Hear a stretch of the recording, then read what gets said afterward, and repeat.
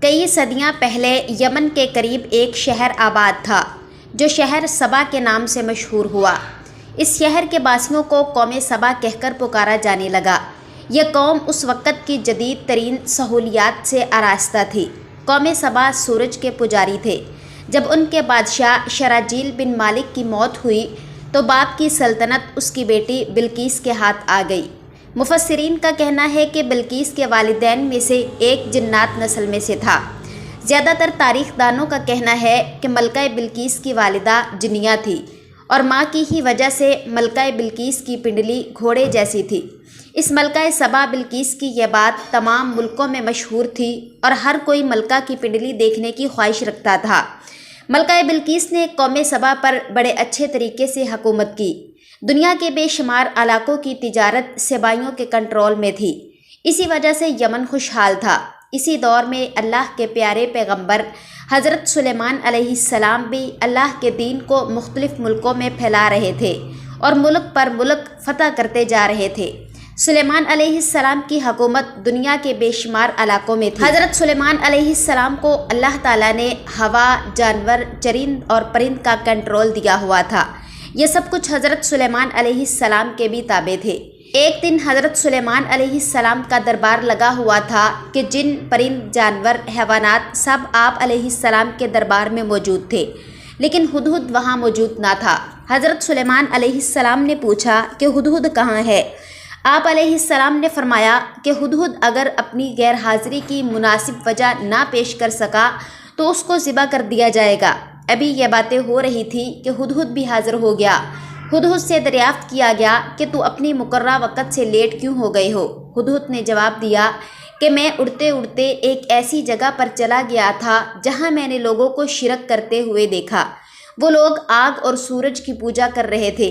ان لوگوں کی ایک رانی ہے جو بڑے سے تخت پر بیٹھ کر حکومت سر انجام دے رہی ہے۔ اس کے تخت میں قیمتی جواہرات اور ہیرے وغیرہ ہیں۔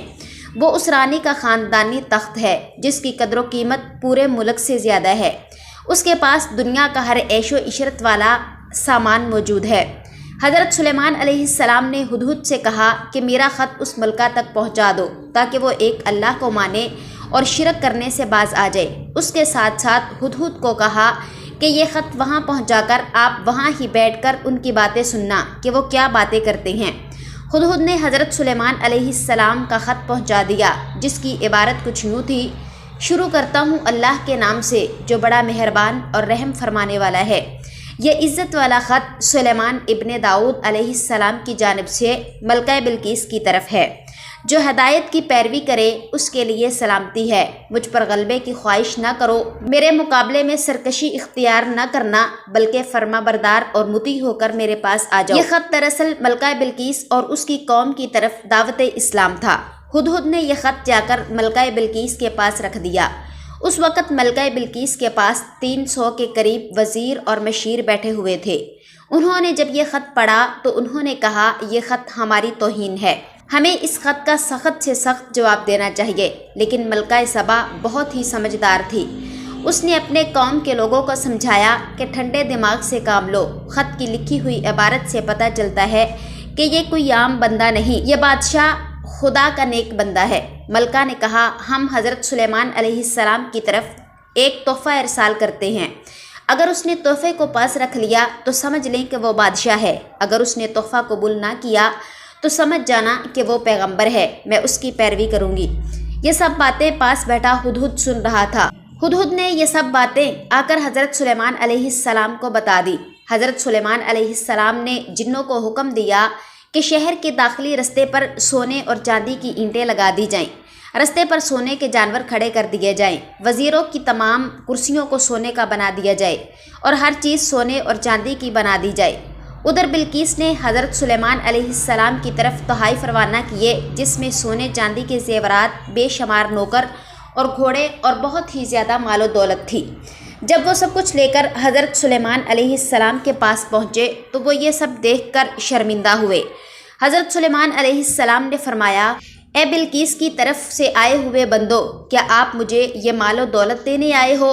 تو دیکھ لو جو کچھ تم لے کر آئے ہو مجھے اس سے کئی گنا زیادہ اللہ تعالیٰ نے مال و دولت دے رکھا ہے۔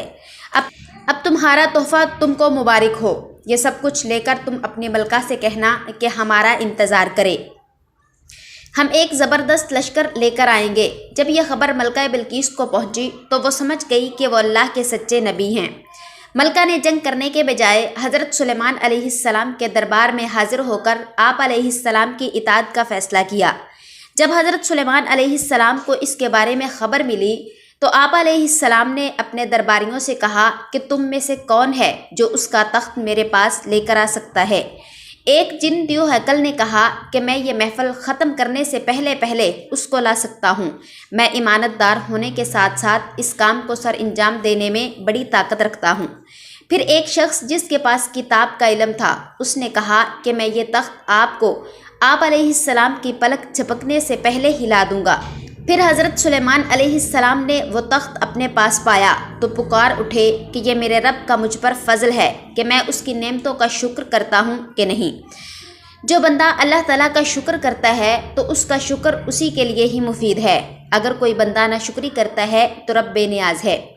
مفسرین کا کہنا ہے کہ وہ شخص حضرت سلیمان علیہ السلام کا کوئی دوست تھا جس کا نام آصف بن برخیہ بتایا جاتا ہے۔ بعض نے لکھا ہے کہ وہ آپ علیہ السلام کی خالہ کا بیٹا تھا۔ اس تخت کی لمبائی 80 ہاتھ، چوڑائی 40 ہاتھ اور اونچائی 30 ہاتھ تھی۔ اس پر یاقوت اور مرجان جڑے ہوئے تھے۔ حضرت سلیمان علیہ السلام نے اس تخت میں تبدیلی کر دی، اس کو پہلے سے بھی بہتر بنا دیا۔ جب وہ ملکہ آپ علیہ السلام کے دربار میں آئی تو حضرت سلیمان علیہ السلام نے پوچھا، کیا تمہارا تخت بھی اسی طرح کا ہے؟ اس نے جواب دیا، جی یہ بالکل اسی سے ملتا جلتا ہے، ہم کو پہلے ہی معلوم ہو گیا تھا، ہم پہلے ہی فرما بردار ہو چکے تھے۔